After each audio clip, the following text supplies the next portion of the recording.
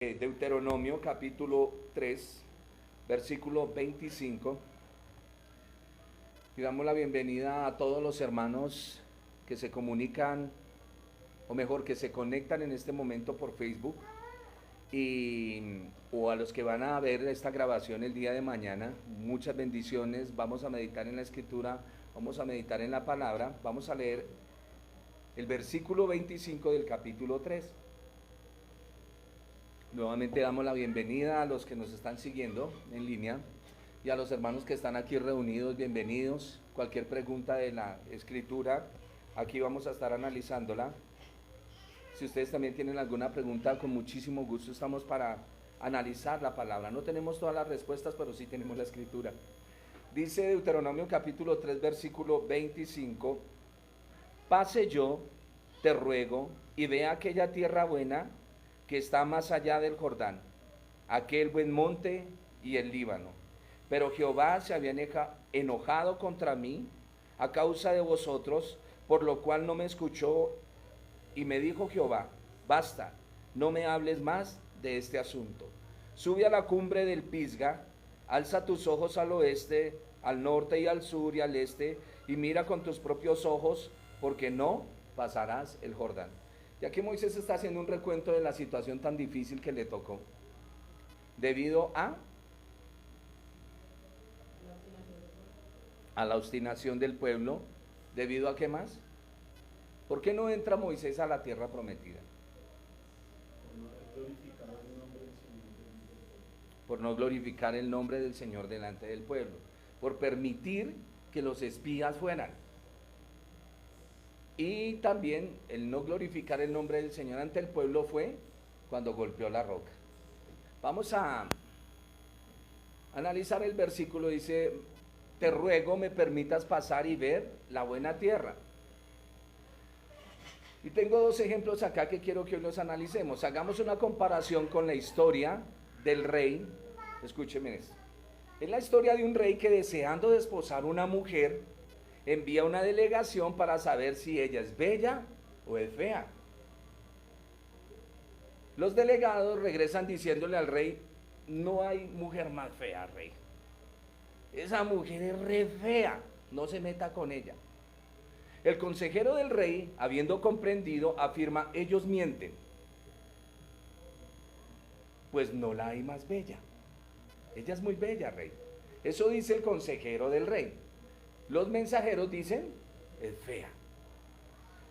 Y el rey escucha a su consejero y se compromete. El día del matrimonio, el padre de la joven dice: nadie de la delegación real que haya hablado mal de mi hija entrará aquí. El consejero protesta y quiere participar en la fiesta diciendo: pero yo que he hablado bien de ella, ¿por qué no puedo entrar a la fiesta? De la misma manera Moisés habla con Dios. No fue culpa mía, fueron ellos. Ellos fueron los que dijeron que querían ir a reconocer la tierra. Pero ¿por qué se lo permitió? Por eso les pongo la ilustración para que más o menos entendamos lo que sucedió con Moisés. Él quiere entrar a la tierra, dice: pero yo nunca tuve incredulidad. Pero el permitirle a estos hombres, a los dos espías ir, recuerden que 10 fueron factor de desánimo. Y el pueblo se desanimó, y qué problema el que se armó. Los exploradores han hablado mal del país, dice Moisés, mientras que yo he afirmado lo contrario. ¿Por qué no puedo entrar? ¿Por qué no entro yo a esa tierra que Israel va a heredar? Y entonces Moisés les está explicando aquí a la nueva generación que va a entrar, en una manera, vamos a llamarlo de crítica, pero no de crítica, sino hablándoles. A veces se le habla a las personas y dicen: es que usted me critica. No, no estoy criticando. Estamos tomando el ejemplo de lo que se hizo mal en el pasado y vamos a hacerlo bien en el presente. Continuando con este diálogo de Moisés con el pueblo, le recordó cómo él le rogó al Señor su autorización para cruzar el río Jordán. Sin embargo, su pedido fue negado. En cambio, se le acordó que viera la tierra prometida desde el monte Pisga. En tanto que Josué va a ser el designado para hacerse cargo del liderazgo en la tierra de Israel. Moisés le dice al pueblo que deben observar escrupulosamente las leyes de Dios y de este modo ellos serían reconocidos por otros pueblos. Los otros pueblos no tienen tales leyes como las que tiene el pueblo del Señor. El Señor dice, no hay ningún pueblo que tenga un Dios como soy yo, que me acerco a ustedes, que hablo con ustedes. Y esa es la gran virtud de nosotros los creyentes. El Señor se acerca a nosotros, Él nos redarguye, Él nos exhorta, Él nos habla, Él nos castiga. ¿Qué Dios de las otras naciones hacen eso? Casi siempre los dioses de las naciones que son ídolos, son dioses airados, enojados, ofendidos, a los cuales hay que llevarles ofrenda. El de nosotros no. El de nosotros es un Dios real, es una persona, nos lleva en su amor, nos transmite su amor y en medio de su amor es que somos nosotros corregidos. De tal manera amó Dios al mundo que ha dado a su Hijo unigénito para que todo aquel que en él crea no se pierda, mas tenga vida eterna. Quiero que pasemos al capítulo 4, verso 1. Ahora pues, oh Israel, oye los estatutos y decretos que yo os enseño, para que los ejecutáis y viváis y entréis y poseáis la tierra que Jehová, el Dios de vuestros padres, os da. Porque ellos van a heredar la tierra.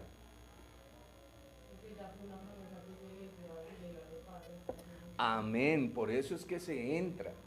¿Por qué entramos nosotros a la salvación? Por esa promesa. Mi casa será llamada casa de para todo el mundo. No solo para usted, Israel, sino para todo el mundo. Moisés insiste varias veces en este libro de Deuteronomio, de Barín. ¿De Barín qué significa? Estas son las palabras. Palabras. Amén. Moisés insiste varias veces en este libro sobre el mandamiento de transmitir a los hijos y nietos de generación en generación el legado espiritual recibido. ¿Cómo van a ser los hijos de sus hijos si usted no le comunica el mensaje? ¿Cómo?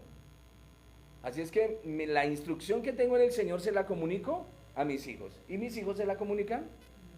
A mis nietos. ¿Y mis nietos a los bisnietos? Y así de generación en generación. Por eso no podemos perder de vista lo que nos está enseñando el libro de Deuteronomios.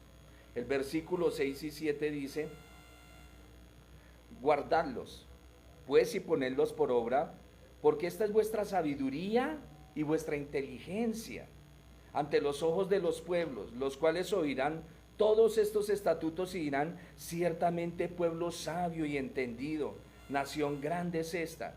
Porque ¿qué nación grande hay que tenga dioses tan cercanos a ellos como lo está Jehová nuestro Dios en todo cuanto le pedimos? Perfecto, explicado, estipulado, enseñado. El padre que le enseña a su hijo, por favor, esto no lo podemos perder de vista, hay que enseñar a nuestros hijos la palabra. Instruirás a tus hijos, los pondrás en los dinteles de las puertas, en las puertas, los atarás en tu cuello, pondrás las tefilás, ¿cómo es que se llama esto? Las filacterias. En la filacteria está la tefilá, la oración que van a hacer. Y siempre, por eso es bueno cuando uno llega a una casa y ve un versículo bíblico ahí pegado y uno se pone a leer el versículo y comienza a analizarlo. Nuestros hijos, a medida que comienzan a aprender a leer, ellos van leyendo y memorizando. Siempre que ven el versículo dice, ¿yo dónde vi este versículo? Ah, en mi casa, o en la casa de papá, o en la casa de mi abuelo. Es bueno hacer esto. El deber primordial de una comunidad, cualquiera que sea la iglesia, cualquiera nombre que tenga, el deber primordial de una comunidad es el de educar bíblicamente a los niños.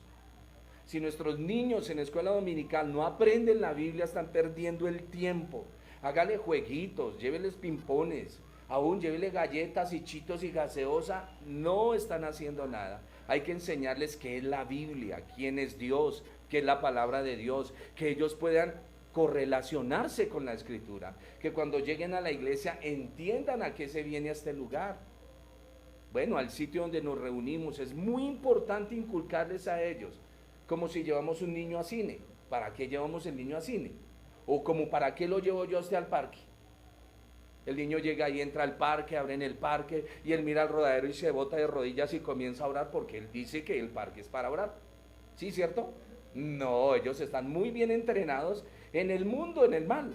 Ahora les vamos a enseñar, obvio, el parque no es mal, pero se entrenan para las cosas de su diversión. Cuando entran a la iglesia, tenemos que distraer al niño con el chito, con la galleta. No, no, no, no, no. Aquí a la iglesia venimos a aprender de la escritura. Amén. Eso es lo que venimos haciendo. Y como eso hasta ahora comenzamos nuestra labor, nuestro trabajo con nuestros hijos, pues el Señor, que ha tenido tanta paciencia con nosotros, nos enseña para que la paciencia también esté con nuestros muchachos. El deber primordial de una comunidad es educar bíblicamente a los niños. ¿Cómo están educando sus nietos? ¿Qué les están comunicando? Sí, esa es la iglesia, pero es que la gente de la iglesia es así, es asá. Hay que tener cuidado en eso. ¿Eso es lo que le enseñas de la iglesia? ¿Eso es lo que le comunicas a tu nieto? ¿Qué es lo que le comunicas? Tú le puedes hablar mucho. Dice que si las palabras enseñan, los ejemplos arrastran. Es importante decir, no, en la comunidad que conocemos como iglesia hay dificultades, hay problemas, hay ciertas debilidades, pero con la ayuda de Dios vamos superándolas. ¿Cómo no le hablo mal de mi amigo con el que chismoseo? Ah, con él sí no. O con el que me siento a tomar tintico. Pero en la iglesia sí le veo todo tipo de peros. ¿Qué está comunicando usted? Un ejemplo malo, y usted es uno de esos 10 espías malos dañando el corazón de los niños. Hay que tener mucho cuidado con todo esto, porque de ellos dependerá la futura difusión de la enseñanza. Si él no cree en la iglesia, si él no cree en los pastores, si él no cree en la enseñanza bíblica, ¿qué va a creer? ¿Qué va a creer? No, no ponga los ojos en el pastor. Es una frase que tenemos de cliché, pero sí hay que ponerlos. Él debe tener algo bueno. Por eso está ahí, lleva ese rótulo. A no ser que diga iglesia las cabras del pastor. No son ovejas. Así saltemos como cabras. Obvio. Mientras, es que yo me miro en el espejo y me veo como una cabra. Y por eso actúo como cabra. Pero el Señor me dice, no, usted fue transformado. Su merced se llama oveja. Haga conmigo, amén. Y así va aprendiendo uno a decir, amén. Y es cierto, vamos a seguir. De ellos dependerá la futura difusión de la enseñanza. No se puede suspender la instrucción de los niños por ningún motivo. No, es que los niños no hay que enseñarles por esto o lo otro. ¿Sabe de quién es la culpa? Nuestra. Así vayamos a construir un lugar, no puedo dejar que mis niños se desprendan de la escritura. No puedo, no puedo. Que estamos en cuarentena, no puedo dejar a mis niños sin la instrucción bíblica, no puedo, no me puedo dar ese lujo, porque cuando mi niño nació, oré al Señor y le dije, Señor, tú los guardas y lo presento delante de tu presencia para que seas tú, mi Señor, ayudándome a enfocarlo. Quiero que escuchen esto. Póngale bien cuidado. Un hijo llevó a su padre a un restaurante para disfrutar una deliciosa cena. Su padre ya era bastante anciano y por lo tanto débil. Mientras comía un poco de los alimentos, caían de cuando en cuando sobre su camisa y sobre su pantalón. Los demás comensales que estaban en el restaurante, observando al anciano con sus rostros un poco distorsionados por el disgusto de lo que está haciendo este señor, apenas miraban la mesa. Pero su hijo permanecía en total calma. Una vez que ambos terminaron de comer, el hijo y el hombre, el hijo, sin mostrarse remotamente avergonzado, ayudó con absoluta tranquilidad a su padre. Recuerden, es un anciano. Y lo lleva al sanitario y comienza a limpiarle las sobras de la comida, las sobras que le han caído. Su rostro comienza a lavarlo, comienza a quitarle las manchas que le ha caído a su padre de la ropa. Amorosamente lo peina su cabello gris y finalmente le acomoda los anteojos ahí en el sanitario y salen. Un profundo silencio reinaba en el restaurante. Nadie podía entender ¿Cómo es que alguien podía hacer el ridículo de tal manera? Ese viejito no sabe comer. El hijo se dispuso a pagar la cuenta, pero antes de partir, un hombre también de edad avanzada se levantó entre los comensales y le pregunta al hijo del anciano: ¿no te parece que has dejado algo aquí? El joven responde: no, no he dejado nada. Entonces el extraño le dijo: sí, has dejado aquí una lección para cada hijo y una esperanza para cada padre. Y el restaurante entero estaba en total silencio, que se podía escuchar caer un alfiler. Las enseñanzas que nosotros comencemos a dar hoy a nuestros hijos redundarán de lo que ellos van a hacer en el mañana con nosotros. Es muy importante. Hay gente que se avergüenza de sus padres. Uno de los honores mejores que existen es poder cuidar de aquellos adultos mayores que alguna vez nos cuidaron a nosotros. Piensa en tus padres, en tus abuelos, también nuestros padres y todos esos ancianos que sacrificaron sus vidas con todo su tiempo y dinero y esfuerzo por nosotros, merecen nuestro máximo respeto también. Y este es el corazón de los mandamientos del Señor. Los mandamientos del Señor están encerrados en puro amor. Si yo enseño a mi hijo, él viendo cómo cuido a mi padre, cómo puedo darle una ofrenda, cómo puedo ayudarle, él va a aprender. Es increíble cómo padres ponen a pelear a sus propios hijos cuando hay divorcios o dificultades los unos con los otros. Cuando nosotros somos jóvenes nos avergonzamos porque mamá ya está viejita o a papá se le cayó el cabello. ¿De dónde eso? Falta de instrucción. Falta de instrucción. Instruye al niño en su camino, que aun cuando fuere viejo no se apartará de él. A veces tomamos por la parte de la bendición material: joven fui y envejecido, y no he visto justo desamparado, ni su descendencia que mendigue pan. Pero recuérdelo: joven fui y estoy envejeciendo. ¿Y a dónde voy a ir a parar? ¿Para dónde voy? ¿Qué le he enseñado a mi hijo? ¿Qué le he enseñado a mi hija? ¿Cuál es la instrucción? Repetirás estas cosas a tus hijos. Enséñalos, enséñalos, enséñalos. Y espero que esta ilustración que les estaba dando para entrar al versículo lo tenga muy en cuenta, porque Dios es Dios celoso. Versículo 24 del capítulo 4. Yo te pongo el alimento en la mesa, porque el Señor así me dijo que lo preparara. Es tu decisión si quieres comerlo y alimentar tu familia con lo que estamos estudiando en esta tarde. Es tu decisión, no nuestra. Y como dijo el Señor: y el que no reciba el mensaje, sacude el polvo de tus pies y despídete. Que no digan ustedes en sus casas: nos faltó el consejo, nos faltó la instrucción, nos faltó la observación. Porque aquí la tenemos hoy en esta noche. Y he puesto el ejemplo de este hombre con su padre, porque ese es nuestro deber. Cuando nosotros éramos bebés, nuestros padres eran jóvenes, y ellos corrieron a limpiarnos, a asearnos, al médico.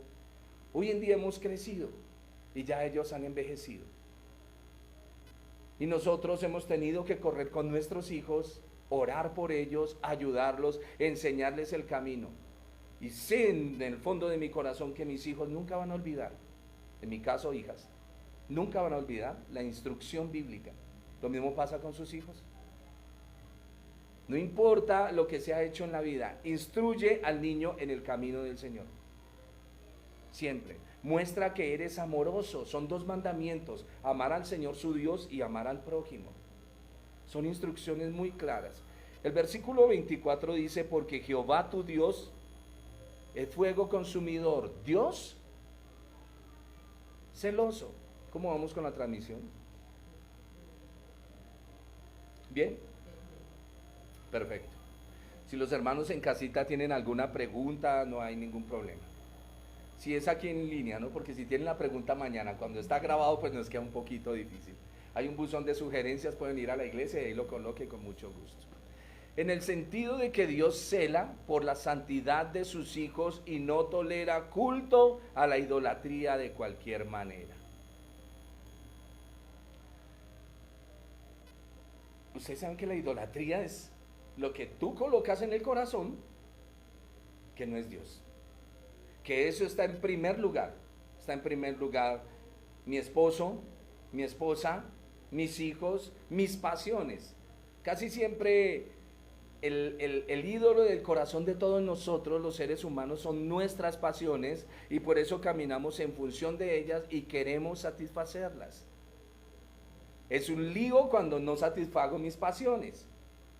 Casi siempre, mire, fíjense que la raíz de la idolatría es eso, una satisfacción a mis propios deseos. Y el Señor dice, yo no quiero que hagas eso. En el capítulo 4, el versículo 15 al 40, para resumirle todo, el Señor no se había aparecido bajo ninguna forma ni figura. No te harás imagen ni ninguna semejanza de lo que hay en el cielo, ni en la tierra, ni debajo de la tierra, ni en el mar. Nada puedes comparar al Señor tu Dios. Y esto debería recordarle al pueblo la prohibición de hacer ídolos de cualquier tipo. En caso de que los hijos de Israel desoyesen esta advertencia en el futuro, serían exiliados, dispersados entre las naciones.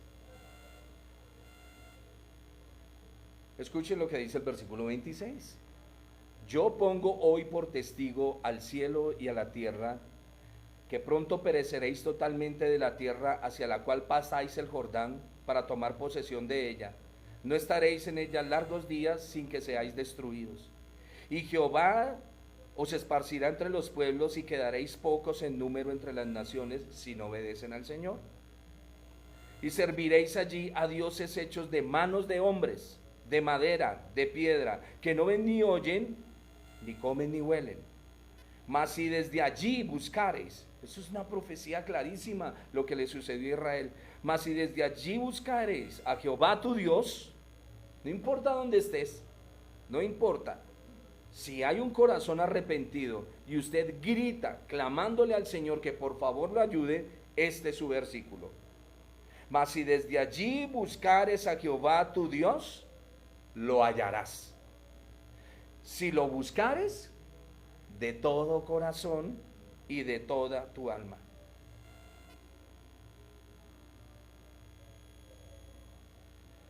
Cuando estuvieres en angustia y te alcanzaren todas estas cosas, si en los postreros días te volvieres a Jehová tu Dios y oyeres su voz, porque Dios es misericordioso, misericordioso es Jehová tu Dios, no te dejará ni te destruirá, ni se olvidará del pacto que juró a tus padres.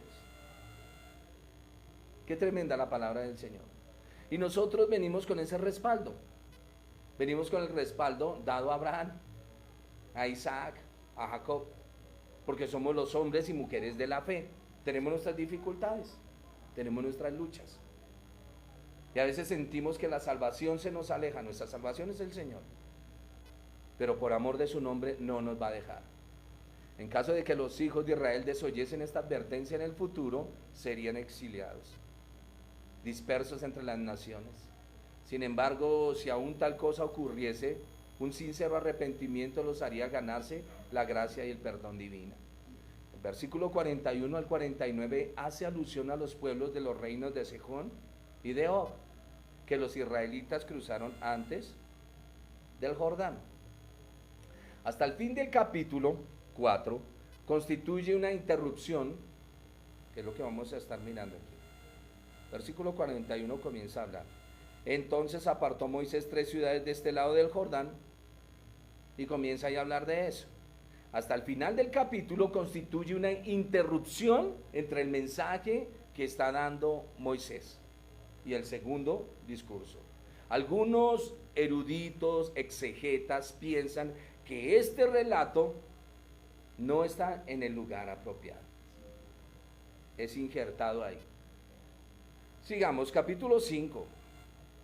Hoy vamos hasta el capítulo 6. Como la semana pasada no tuvimos clase, vamos hasta las 11 de la noche. No se preocupen. No se preocupe, vamos a respetar el tiempo. Sí, señor. En el capítulo 5 comienza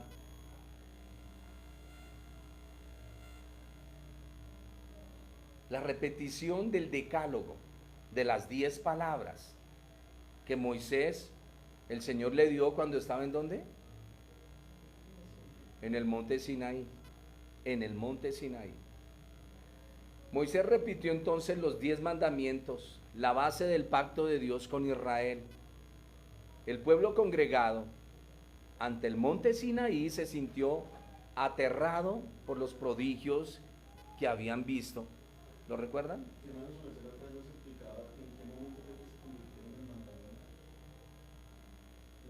En las traducciones. Sino que para nosotros es muy, ¿cómo se dice? Más familiar hablar de los 10 mandamientos por la cultura católico-romana que traemos en la cabeza y que muchos pastores católico-romanos nos han enseñado de los 10 mandamientos. Pero son 10 palabras que el Señor dio que están resumidas en 2. Y que prácticamente cuando uno analiza esas palabras, comienza diciendo en las 4 primeras que debemos amar al Señor y termina la última diciendo, ¿qué termina diciendo? No codiciarás. Ese es el resumen. No codiciarás. Son 2 hilitos ahí pequeñitos, pero que le hemos dado tanto énfasis a los mandamientos del Señor, pero le hemos dado un énfasis para hacer una exégesis de cada palabra, pero no para llegar al cumplimiento. El cumplimiento es sencillo. Arranquemos desde el 10º, no codiciarás, y si no voy a codiciar, entonces me devuelvo hasta llegar al 4. Y en el 4 me dice, usted tiene que amar al Señor, respetarlo, no hacerse imágenes, y ahí se completa todo. Es sencillo. La ley de los fariseos decía, ¿qué no debo hacer? ¿Qué no debo hacer para no ofender al Señor? Y así hay gente que dice, no, yo no quiero ofender a Dios. Es algo contradictorio. Eso es algo contradictorio. Habrán algunas personas que tienen el concepto de que ellos no ofenden a Dios, pero nuestra pecaminosidad a diario lo único que hace es ofenderlo. El domingo vamos a estudiar un salmo en el cual el Salmo 24 dice que nosotros debemos darle gracias a Dios por esto, por respirar, y no lo hacemos. ¿Sabe quién lo está haciendo hoy en día? Y por ahí oía a un personaje que lo entrevistaron y decía, yo aire porque no vengo hoy. ¿Y cómo sabe? Pues, el Señor de los milagros fue lo primero que dijo. Y la Virgen de no sé dónde. ¿Y dónde está el verdadero Dios? Y nosotros nos aterramos cuando vemos una persona que le falta el aire, ¿no? Pero nosotros que estamos respirando hoy, porque eso es un asunto, a todos sucede. A la mayoría de pastores que conozco nos ha dado COVID. Nos ha dado, a unos de una manera y a otros de otra. A quien ha querido el Señor se lo ha llevado.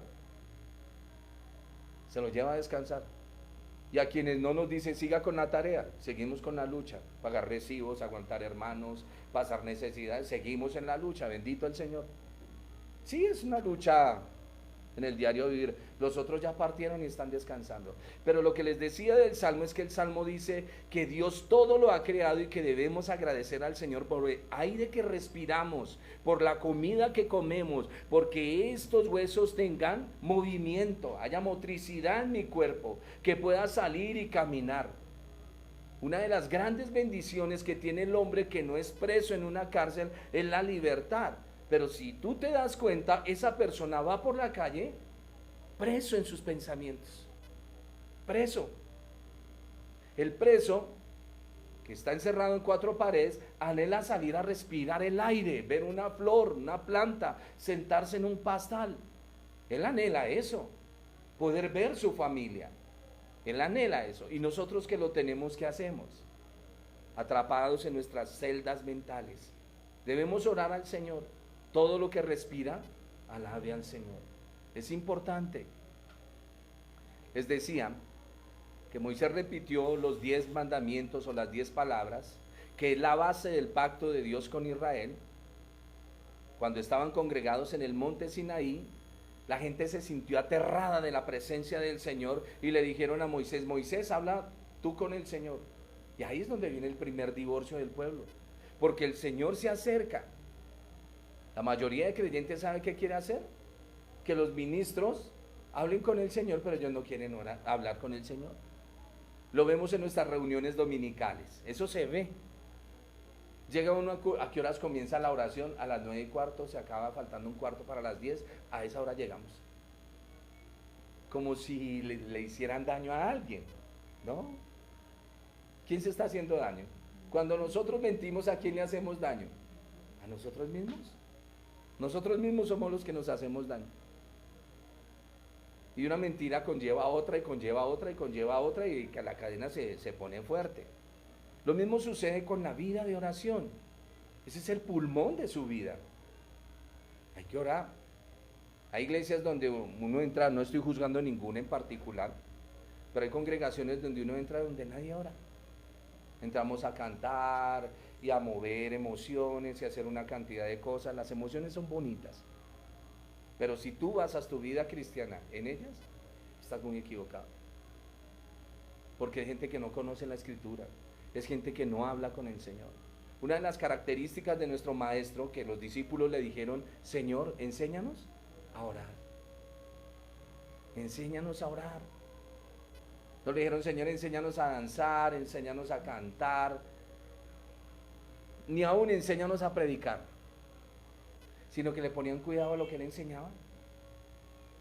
Y dice que él enseñaba y los fariseos quedaban sorprendidos. Los fariseos, cuando hablamos de los fariseos, es una casta sacerdotal muy rígida en el estudio, muy estudiosos, porque para nuestro contexto la palabra fariseo es hipócrita. Sí, ese es tremendo fariseo. No, el fariseo era una persona docta en el estudio. Y dice la Escritura que ellos se admiraban de ver al Señor, cómo enseñaba, y el pueblo decía, él habla con autoridad. Porque la autoridad está basada en la sujeción. La autoridad está basada en la sujeción. Vamos al capítulo 6. Les decía que en el capítulo 4 Moisés nos cuenta de cómo no puede pasar, desde el capítulo 3 no puede pasar a la tierra prometida. En el capítulo 4 nos dice, por favor, enseñen a sus hijos, a sus nietos la palabra, no pierdan de vista esto, porque las futuras generaciones tienen que conocer del Señor, y si no le recalcamos a nuestros muchachos, va a ser un problema, tanto para ellos como para sus hijos. En el capítulo 5 de Deuteronomio, Moisés nos va a repetir la ley del Señor, y en el capítulo 6,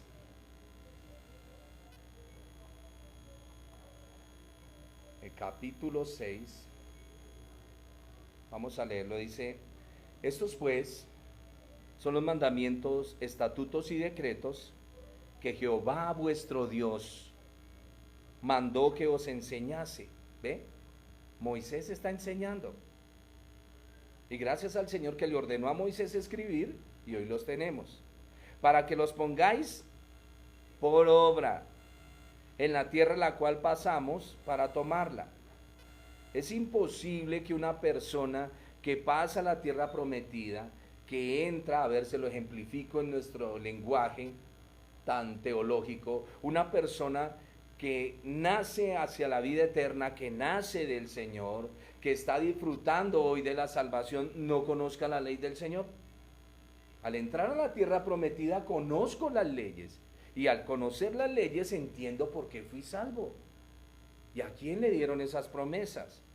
Para que temas a Jehová tu Dios, guardando todos sus estatutos y sus mandamientos que yo te mando, tú, tu hijo, el hijo de tu hijo, todos los días de tus días, de tu vida, para que tus días... ¿quiere vivir harto? Ahí está. Ahí está. Y aquí viene lo que conocemos como el Shema.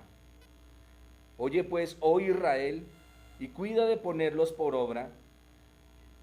Si tú escuchas los mandatos del Señor y los pones por obra, ¿qué va a pasar?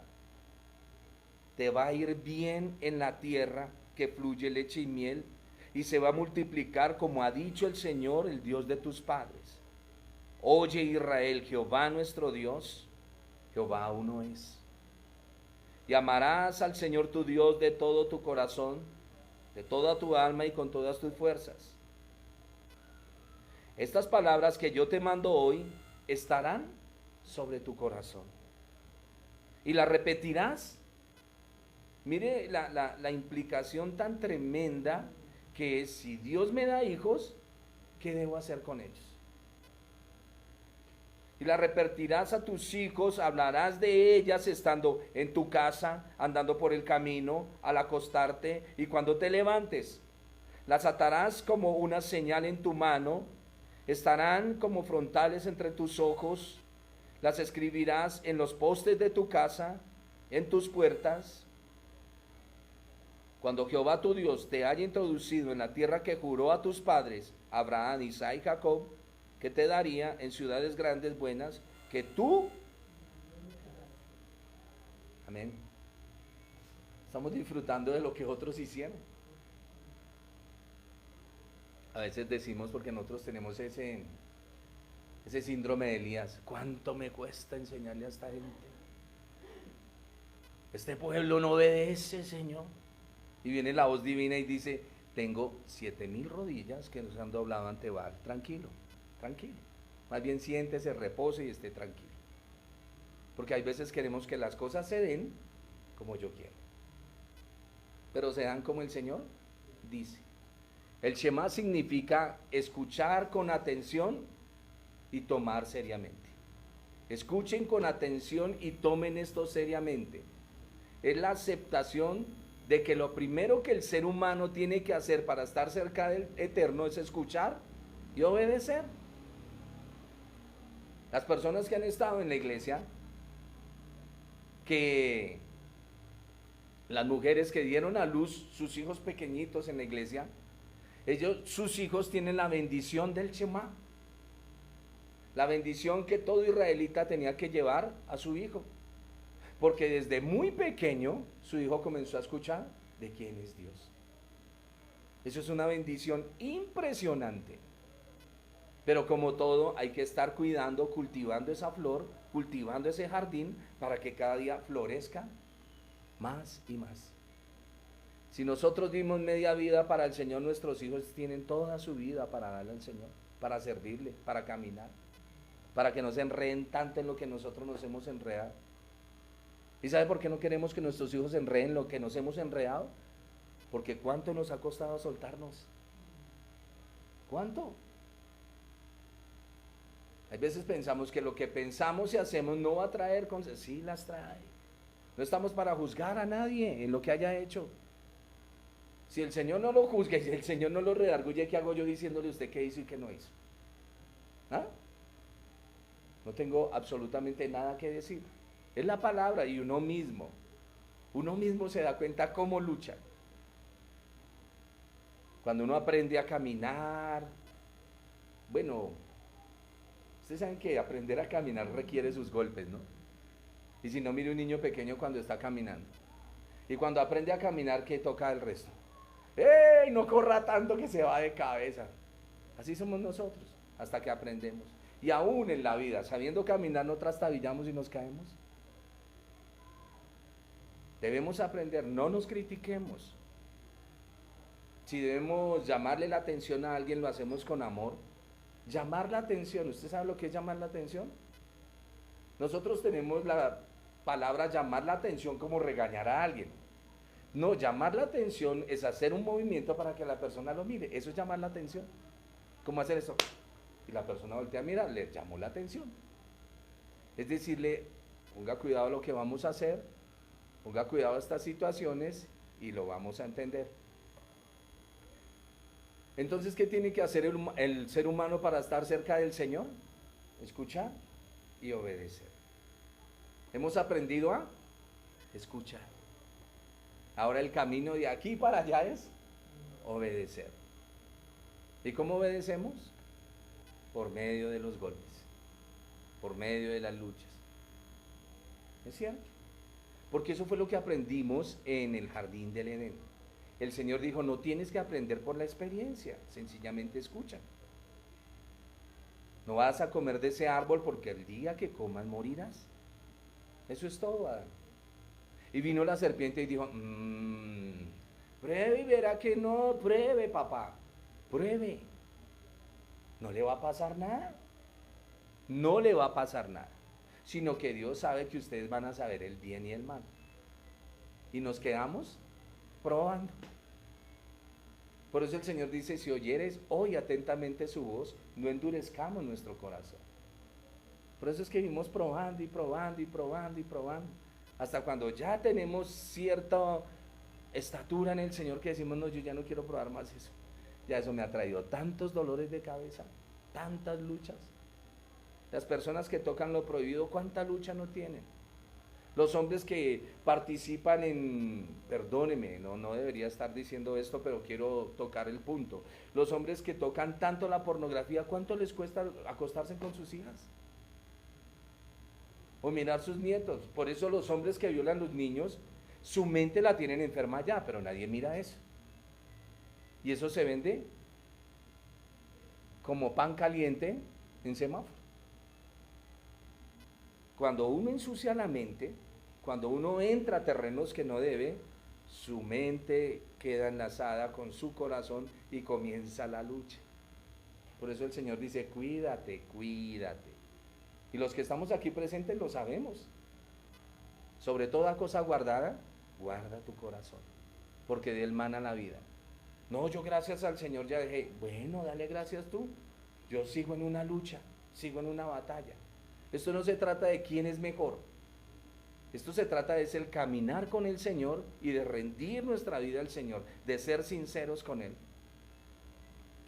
Nuestro amado Dios toma la iniciativa para acercarse a nosotros y nosotros solo tenemos que obedecer para poder obtener su gracia. Acércate cada mañana al Eterno. Toma unos minutos para escucharlo sin hacer nada más. Escucha al Señor. Deja que el Espíritu de Dios te hable por las palabras de la Escritura. Deja que Él te hable en la mañana antes de comenzar tu día. Y cuando te vayas a acostar, dile, háblale, Señor, voy a descansar. Si así tú lo permites. Si así este cuerpo está entrenado para que descanse, porque hay gente que no puede ni dormir en la noche. Es una lucha. Pero les decía, cada mañana acerquémonos al Señor, tomémonos unos minutos para escucharlo. No le preguntemos nada. Dejemos que el Espíritu de Dios nos hable por las palabras de la Escritura, por esa palabra que has leído. Mira, y no seas tan rápido en tus oraciones que solo hablamos y no escuchamos. Eso es lo que a veces nos sucede cuando estamos orando y algo me incomoda, reacciono en la carne. La oración no nos lleva a eso, ¿no? Pero es el común denominador del 98% de los creyentes. Obvio que si su merced está orando y pasa el niño corriendo y se le sube encima los pies y le troncha, pues obvio que usted va a reaccionar. Usted no dice, ay, aleluya, gloria a Dios, qué rico olor. No, nadie va a decir eso. Pero cuando estemos orando, tengamos ese tiempo para escuchar al Señor.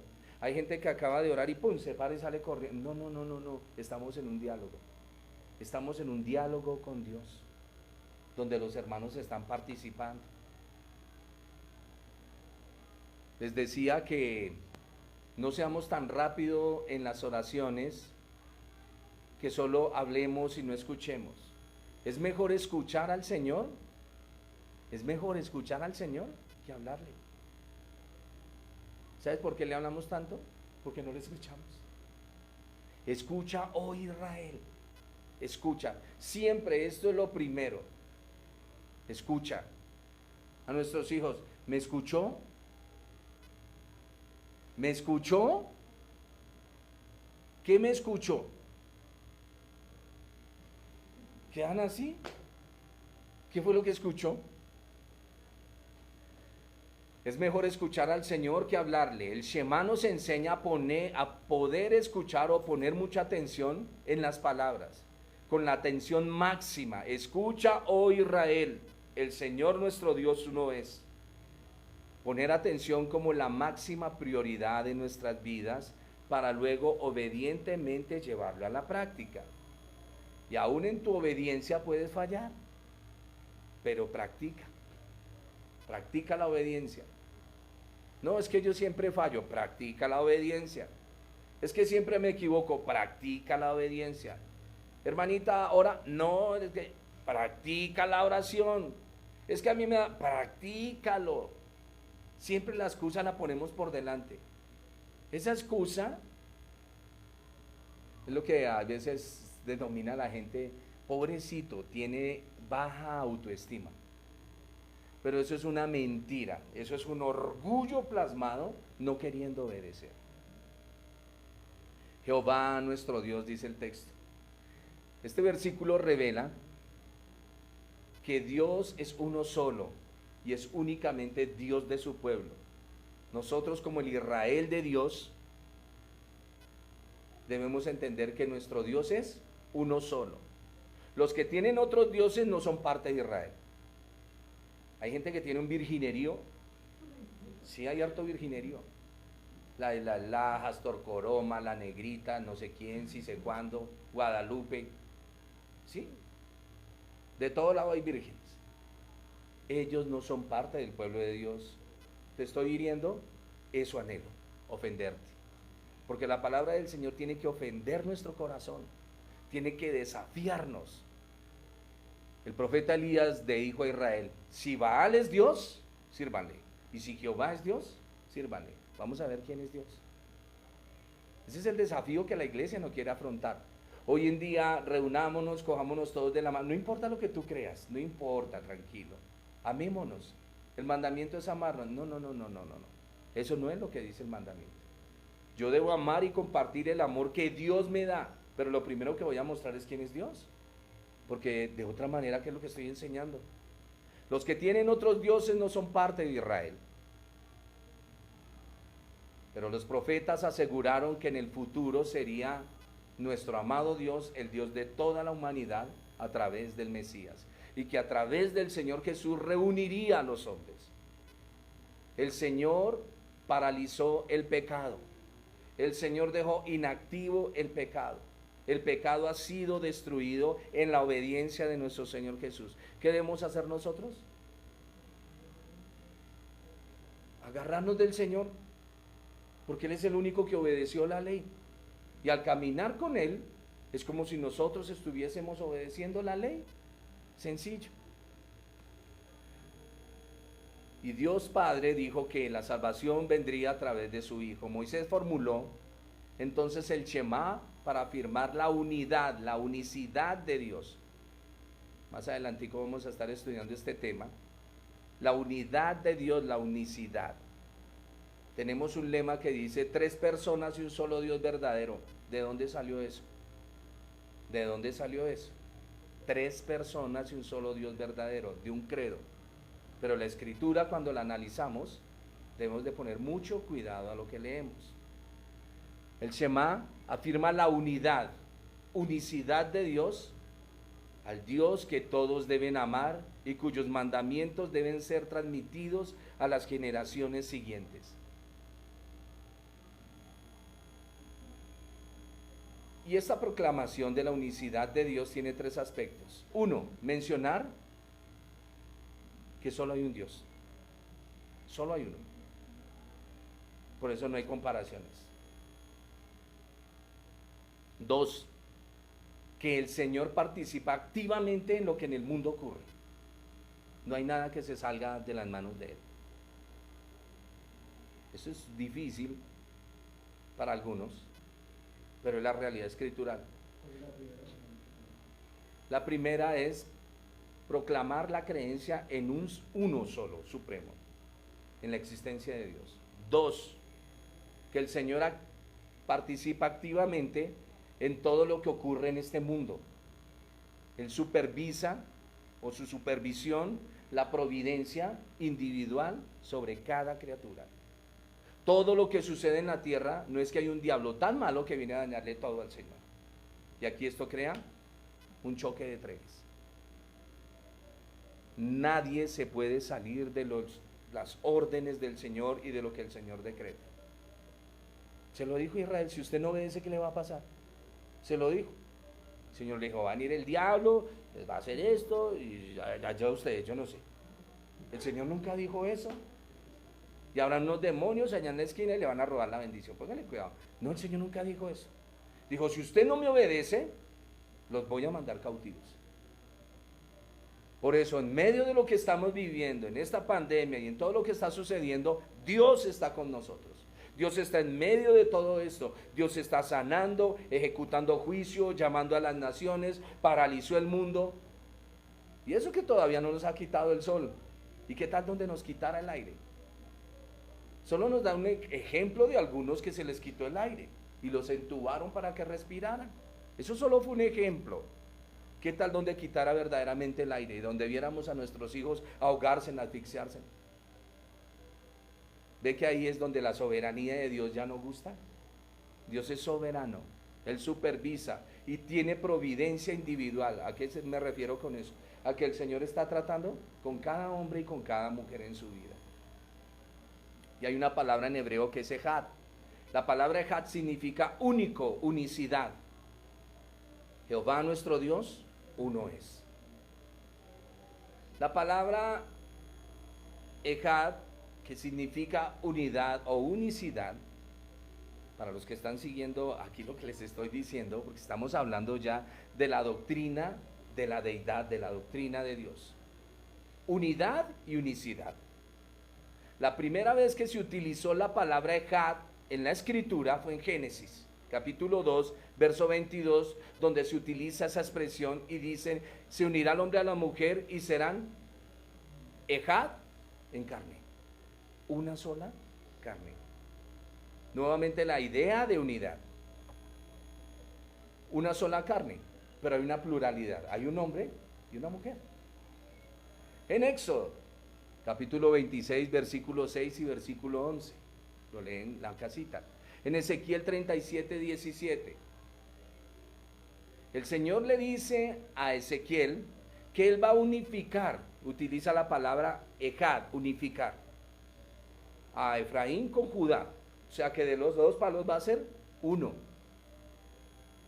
Hablando nuevamente de la unidad, compuesto por una pluralidad, por dos.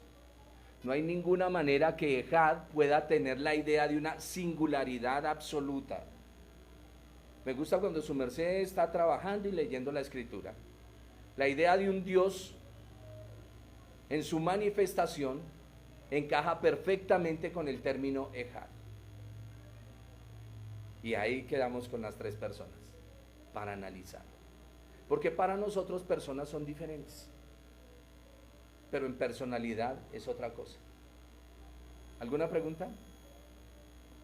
No hay otro Dios igual a Él. Qué hermoso. Él es el único Dios que existe en su unicidad. Padre, Hijo y Espíritu Santo.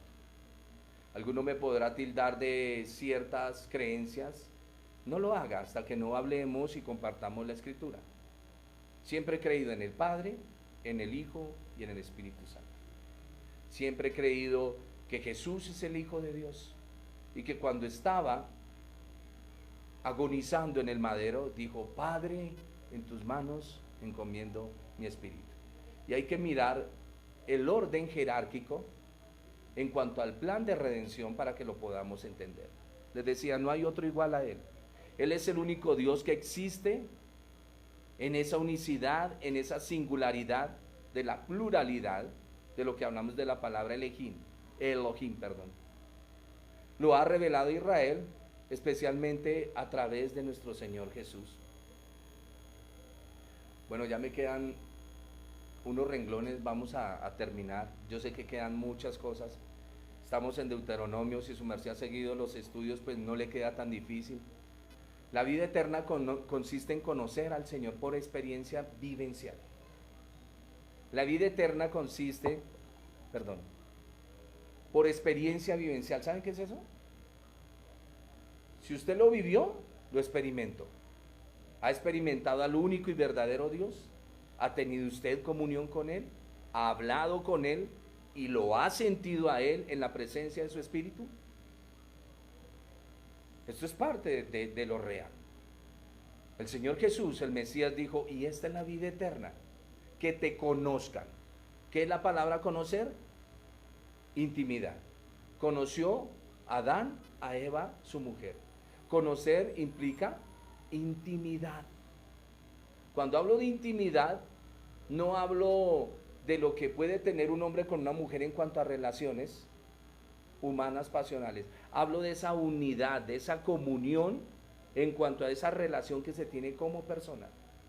Y esta es la vida eterna, que te conozcan a ti, el único Dios verdadero, y a Jesucristo, a quien tú has enviado.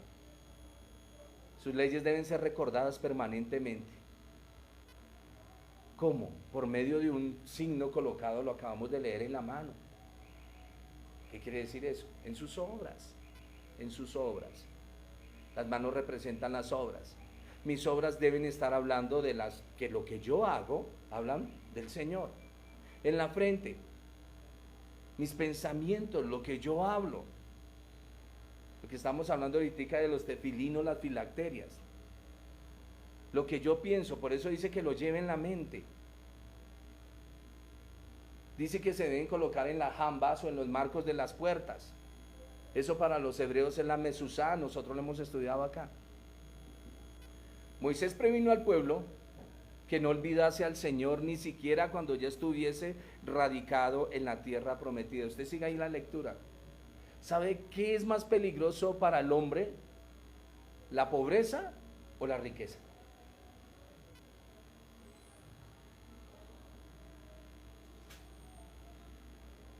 Aquí todos dijeron en coro. Lo más peligroso para el hombre es la riqueza, porque teniendo abundancia de todo se olvida de Dios, mientras que teniendo necesidad le busca, le busca. Moisés previno al pueblo que no olvidase al Señor ni siquiera cuando ya estuviese radicado en la tierra prometida y lograse un alto grado de prosperidad. Eso le sucedió al pueblo, en la belleza, en la gloria de Israel, que es lo que muchos están esperando hoy. Pero al mirar la escritura, la gloria de Israel la tuvieron cuando estuvieron con David, llenos de riqueza, de gloria, de hermosura. Luego es cuando viene Salomón y se olvida de la ley del Señor, la deja a un lado, comienza a hacerle imágenes a sus mujeres y comienza el declive espiritual de este pueblo. Deberían evitar cualquier forma de idolatría, ya haciéndoles el resumen, porque ella conduciría inevitablemente a la destrucción.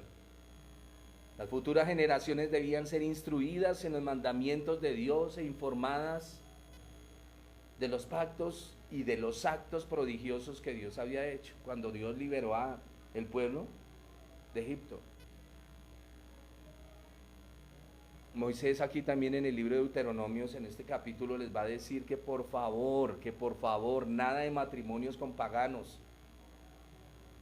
porque eso los va a llevar al abandono de Dios. Es increíble, pero el hombre o la mujer que teme al Señor, cuando comienza a meterse en relaciones ilícitas, ¿qué es lo primero que quiere acallar? Su conciencia. No quiero pensar en Dios, no quiero.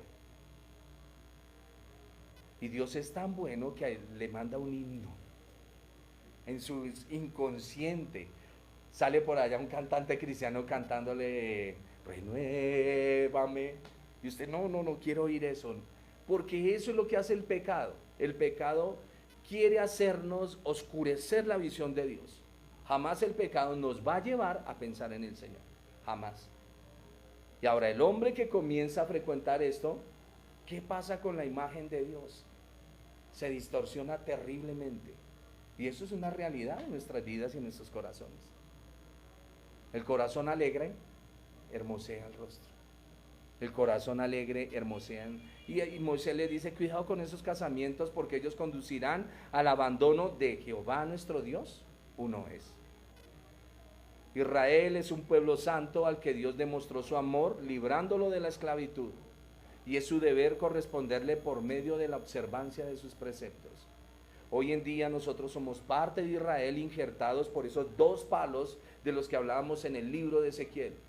porque cuando Efraín fue llevado al destierro durante 200 años, de ahí nació la gentilidad y de ahí venimos todos nosotros, que es parte de una promesa y de una visión espiritual.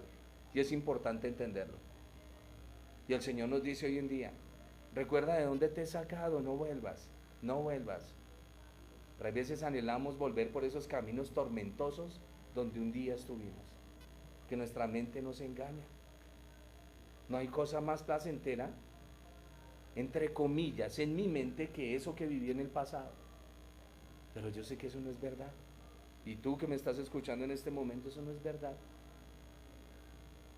Se dice que siempre que pasemos por un camino y tú cruzas un puente, dinamita el puente para que no te puedas devolver, para que no puedas regresar.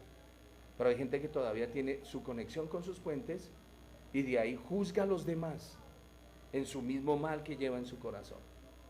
Así es que acerquémonos al Señor, escuchemos la palabra, pidámosle al Señor que nos ayude, porque Jehová nuestro Dios uno es. Y cuando yo digo que Jehová nuestro Dios uno es, lo que te estoy diciendo es, Él quiere intimidad conmigo y quiere comunión conmigo. Por eso es que viene esa palabra. Él quiere comunión conmigo y Él no comparte su relación conmigo y con nadie más. A Él no le gusta la idolatría porque Él es Dios celoso. Y la Escritura dice que un día Él vendrá a levantar su pueblo y seremos uno solo con Dios. Primera a los Corintios capítulo 15. Hasta aquí nuestro estudio, mis hermanos. Seguimos el próximo miércoles estudiando Deuteronomio 7, 8, 9, 10. Por favor, denle una leidita.